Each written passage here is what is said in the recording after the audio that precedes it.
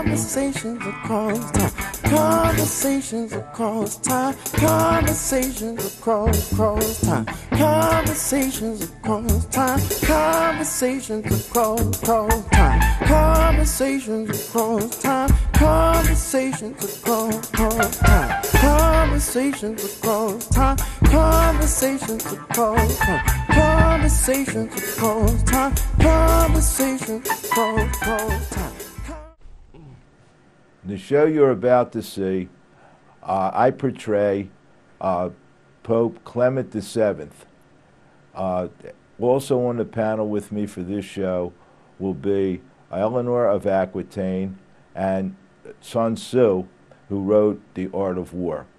Stay tuned for a show that will be lively, and you'll be surprised at the interaction between these various characters. Welcome to Conversations Across Time, the TV show that invites you to witness provocative and entertaining conversations about history and current world policy. Conversations Across Time. Welcome. Seated to my right is my dear friend and co-host, Babette Josephs. Welcome, Babette. Thank you. Former State Representative Babette Josephs, I might add. And seated next to Babette is Pope Clement VII. Welcome. Good to be here. Clement was born in Florence, Italy, and he was orphaned at an early age and raised by Lorenzo the Magnificent. He became Pope upon the death of his cousin Leo, and he's best known for not issuing the annulment to Henry VIII and causing the formation of the Church of England. And seated next to Pope Clement is Eleanor of Aquitaine. Welcome. Thank you. Eleanor d'Aquitaine was an amazingly powerful woman. She managed during her lifetime to be the Queen of England and the Queen of France. And at the very end is the master strategist, Master Sun Tzu. Welcome. Greetings. Okay, what this conversation is about today is about power. So we want to examine, and that's why our esteemed guests are here with us, because this is an interesting conversation across time about power. And I want to ask you, Master Sun Tzu, since you are indeed the fountain from which so much strategy flows, born in 544 BC, many people have followed and taken lead from your manual on strategy, The Art of War. So given that, I would like you to, I'd like to ask you if you believe that Eleanor, who was Queen of Aquitaine, Eleanor was Queen of France, and she was also Queen of England. That's a really unique distinction for a person to be queen of two different countries and two major countries. And Pope Clement VII was viewed by some as not a very good pope, but he was also somewhat of a strategist. And I'd like to ask you if you believe either of these two individuals studied you or used any of the principles from your book, The Art of War. Well, to that I would say, certainly Eleanor. Her use of her position, her use of making what would be perceived as weaknesses to her strengths, her use of employing even techniques like the use of spies, the use of multiple tactics, are all things that come from the manual on the art of war. When we come to Pope Clement, he kind of dabbles a bit in the art of war, and then he kind of doesn't. Both at the same time. Okay. Now, what I'd like to do is give our audience at least some background. Eleanor of Aquitaine lived in the years 1146 through 1149. I'm sorry, she fought in the First Crusade 1146 through 1149.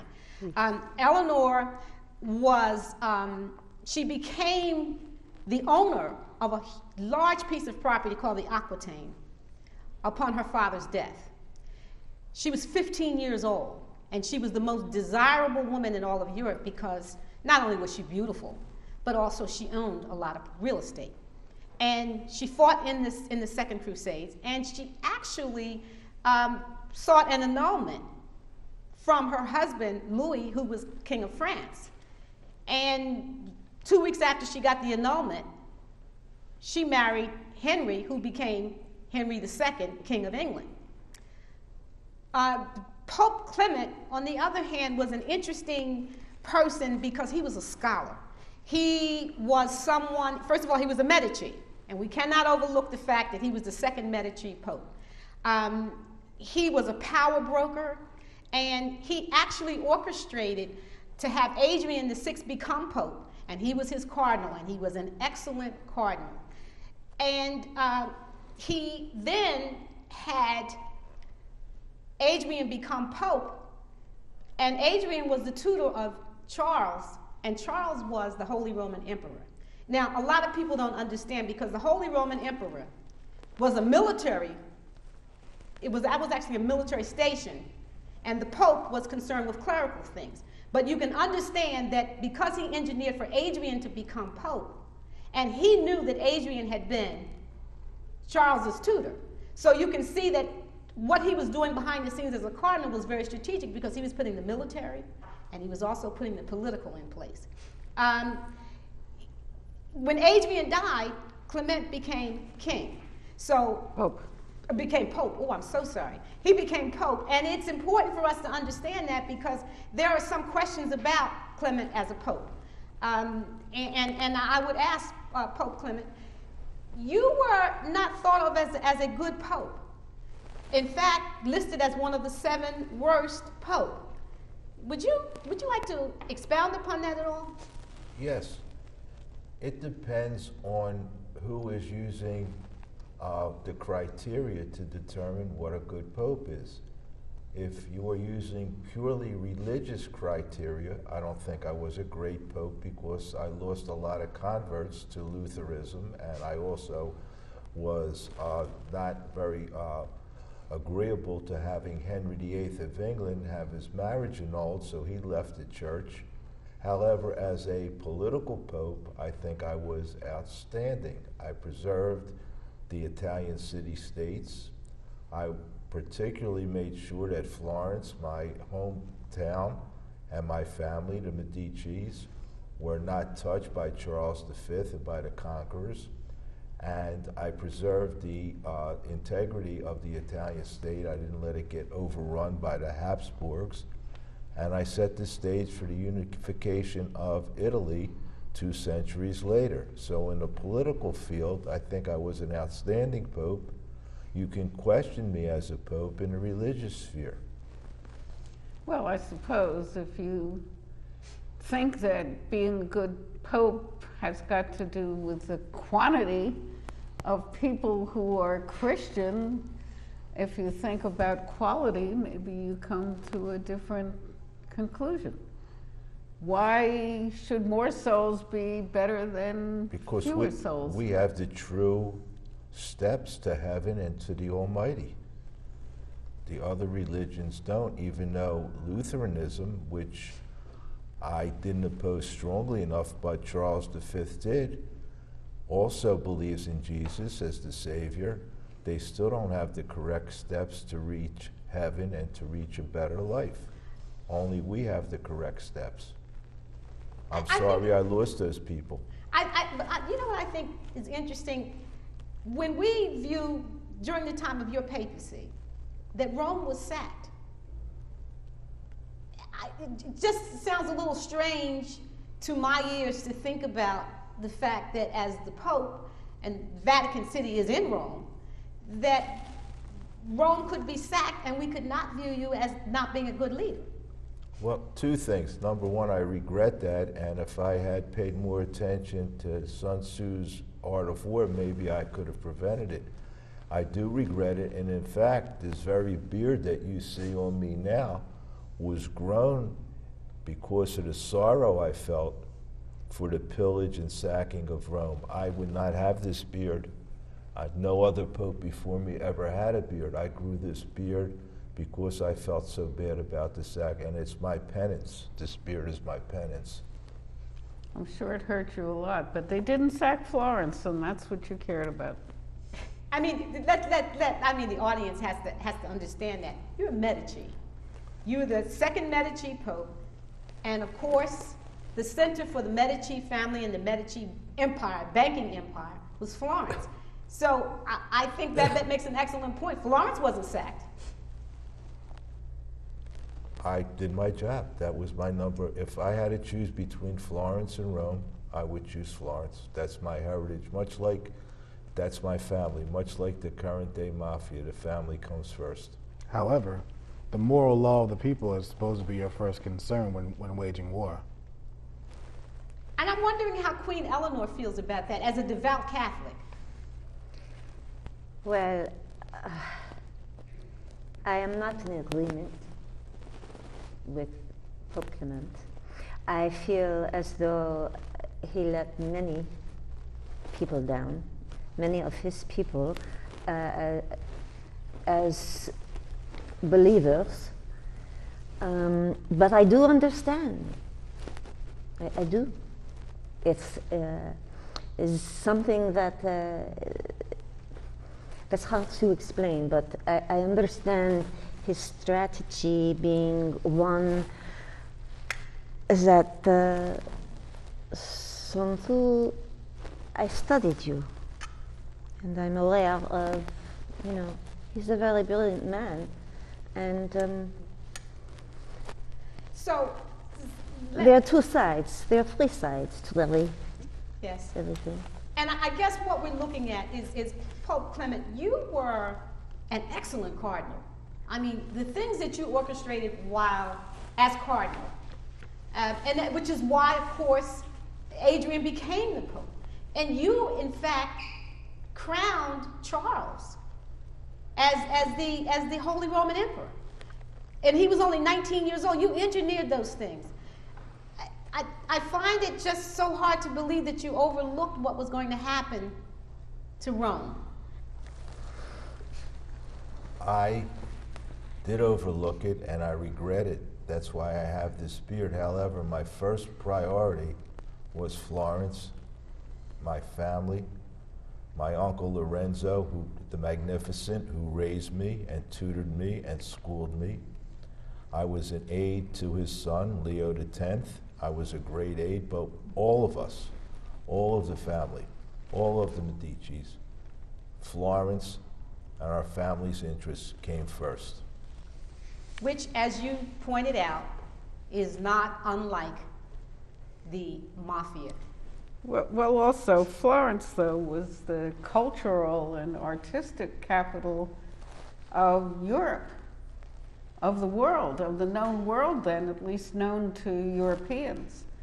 So it was much more than a banking center or a military kind of a fort. It was a magnificent city with a flourish of culture and art and music and mathematics and everything. And my family patronized the arts. We were the foremost family of the Renaissance. And therefore, preserving Florence also preserved the art, the sculpture, the intellect of the Renaissance. And we're going to take a break. And when we come back, I think it's important because I realize that there's more information about the significance of your papacy, not the least of which has to do with the refusal to allow an annulment of another monarch, and we will talk about that when we come back. Thank you. We'll be right back.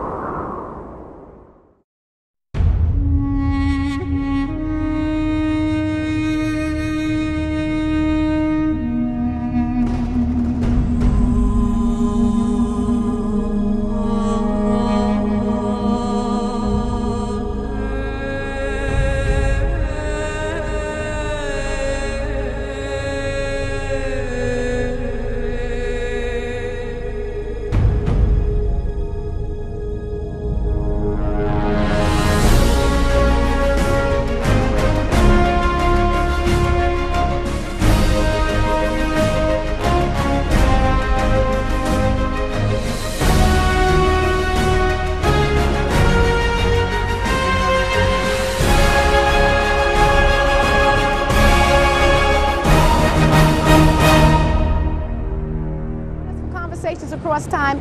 It's an idea that has been germinating for a long time, and I believe there's something for everyone. It's education and entertainment.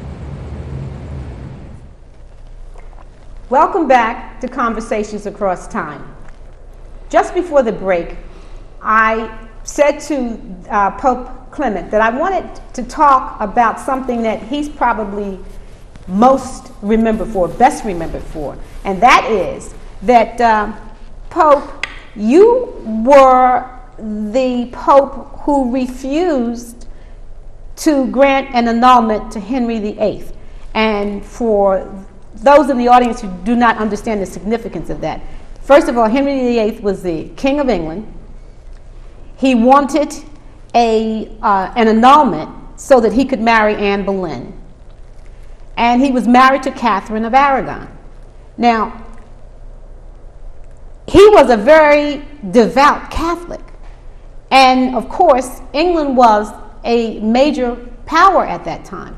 So your refusal to grant the annulment to Henry is what led to the establishment of the Church of England, and also the end of English people being Catholics pretty much. I mean, the Anglican Church came out of your refusal to allow that annulment. Would you speak about that? And well, I can speak about it on two levels. The first level would be the religious level.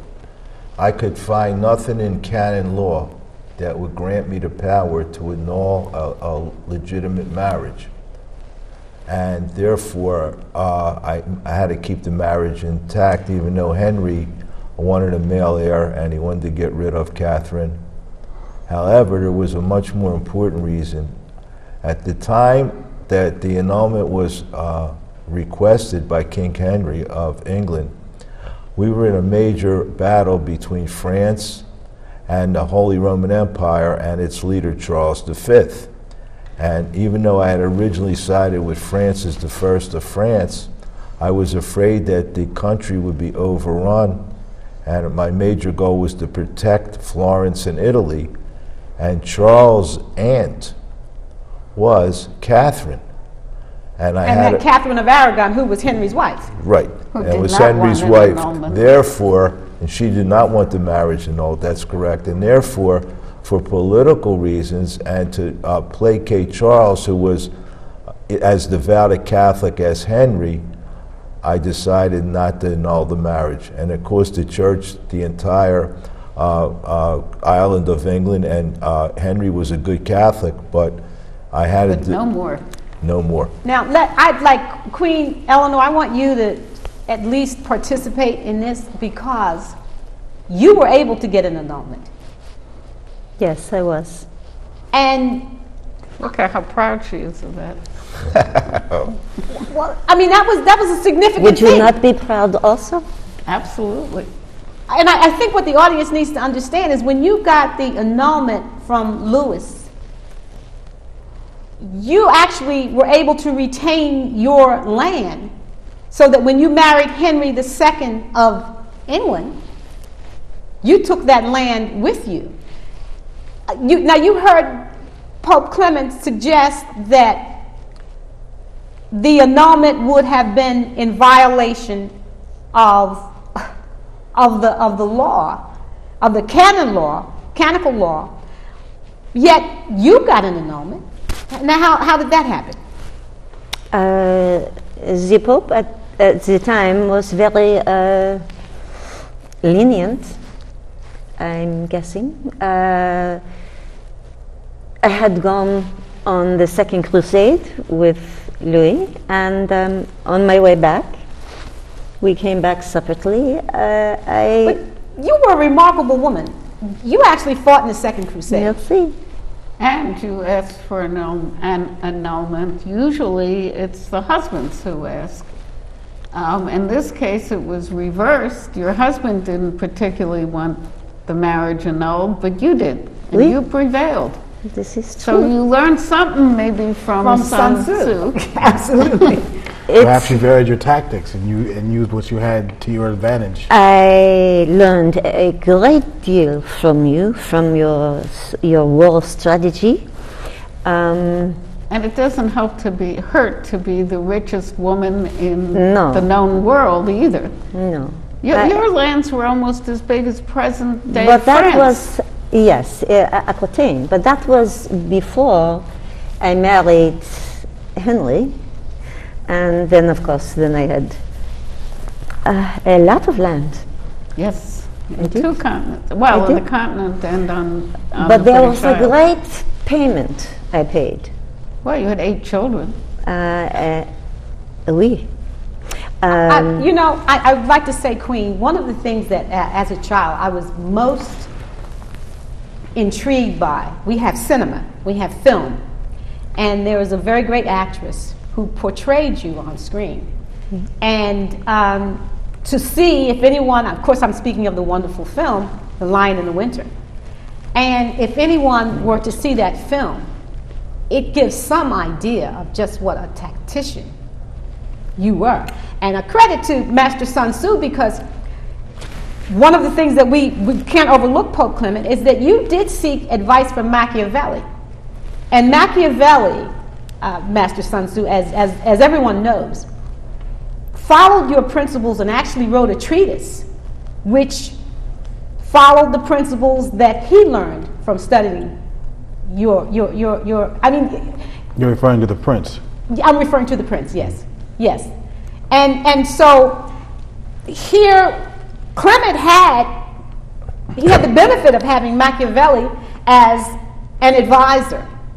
And I guess I look at Eleanor being this very literate woman. I mean, so much about Eleanor is not told, but she actually was a master of 5 languages, very well read. So she studied you, and it seems that she studied you and benefited a lot more than Pope Clement, who had someone who followed your teachings, Machiavelli, to give him advice, but yet he still didn't follow. But then again, I guess what I've got to look at is something that you said before. What were your interests? Nicola was a dear friend of mine, and he was a fellow Florentine, and we had similar backgrounds. And in fact, he advised me to enter into an alliance, and I told him no, and I sent him out to command our troops. I listened to him when it was in the interest of Florence, and I ignored him when it was not in the interest of Florence. And Eleanor of Aquitaine did what was in her interest Of course. consistently and did very well. Well, But I was able to preserve Italy, and she wound up in prison. Oh, yeah, but not at the end of her life. She wound up at the end of her life being the regent of Her son. the English. And That's not so bad. That's not so bad. And Eleanor, I mean, the fact is that you did give birth to 4 kings. Probably one of which, the most famous, is Richard the Lionheart. So when Richard the Lionheart was actually involved in the 3rd Crusade, you were the regent, and you ran, just as Babette said, you ran England. I think the most famous son she had was John, who was so bad there's never been another John, King of England. that was heartbreaking, you know. That broke my heart. I should think would have broke your heart would have been when your husband murdered your oldest son. Oui. Well, you know, I want to talk for a moment about what that must have meant and how you were able to accomplish so much. A good deal of the time, you were in prison when you were. I mean, there is of course the love affair that Henry had with Rosamond, and Rosamond was mysteriously Suddenly got sick and died. and you were in Amazing, prison huh? while that was going on. That's the best excuse. So how could I have done this crime? I was in jail. Sun Tzu, I know you must. I would guess that she probably made use of her sons as spies, which is, I wrote an entire chapter on that. You did indeed. Using You're them brilliant. by way of information, by way of misinformation, and also by way of giving orders to others to have your deeds carried out. let's talk about the two kinds of spies that you explained. I think that's very interesting for this point. Well, there are two kinds of spies, as I wrote in my book. There are the kind of spies that are aware that they are spies, that you hire outright, and they go and they perform a task for you, and they come back with either supplies, information, or whatever is needed.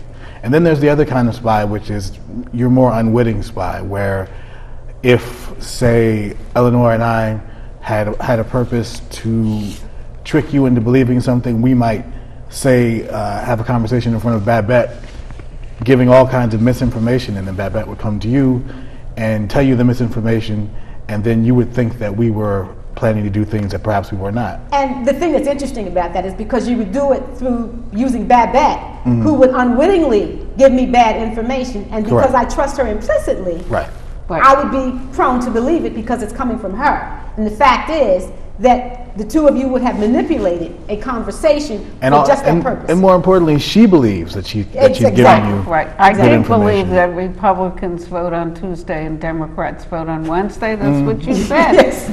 Right? Exactly, precisely. And so I think we can even see today with what you just mentioned, that is exactly what happens today. That's policy that's being used to this day, that the two types of spies are being used. And sometimes when I watch Fox News, I'm sorry, maybe I shouldn't call them out, but and I wonder how anybody can believe anything that they hear. But I got to believe that those pundits who are pontificating actually believe what they're saying. They're just misled. Well, so many people use the quote, may not even know what it means, that war at its heart is all about deception. But you really said don't fight. You said conquer your enemy without fighting, and I think that is amazing. Until you have to. Say. If fighting is what the best approach is, then I would endorse last fighting. resort, right? The most proper resort. Last, perhaps, depending on the given circumstances. Seems like from your whole work, though, that what you were trying to do was to foster goodwill and to conquer people with psychological warfare and not with actually killing folks. But not because I'm against killing. It's just because killing is expensive. Right, and it's a waste.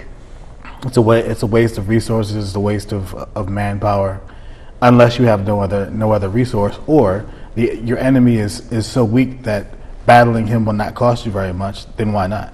And what I'd like to do, because this is this is the point at which we have to break, but I must say that this is a topic that is so timely. I need to invite you back so that we can have another discussion, because right now we can see in the political realm that this is being played out. Your principles that you wrote so many years ago, and they're still being used.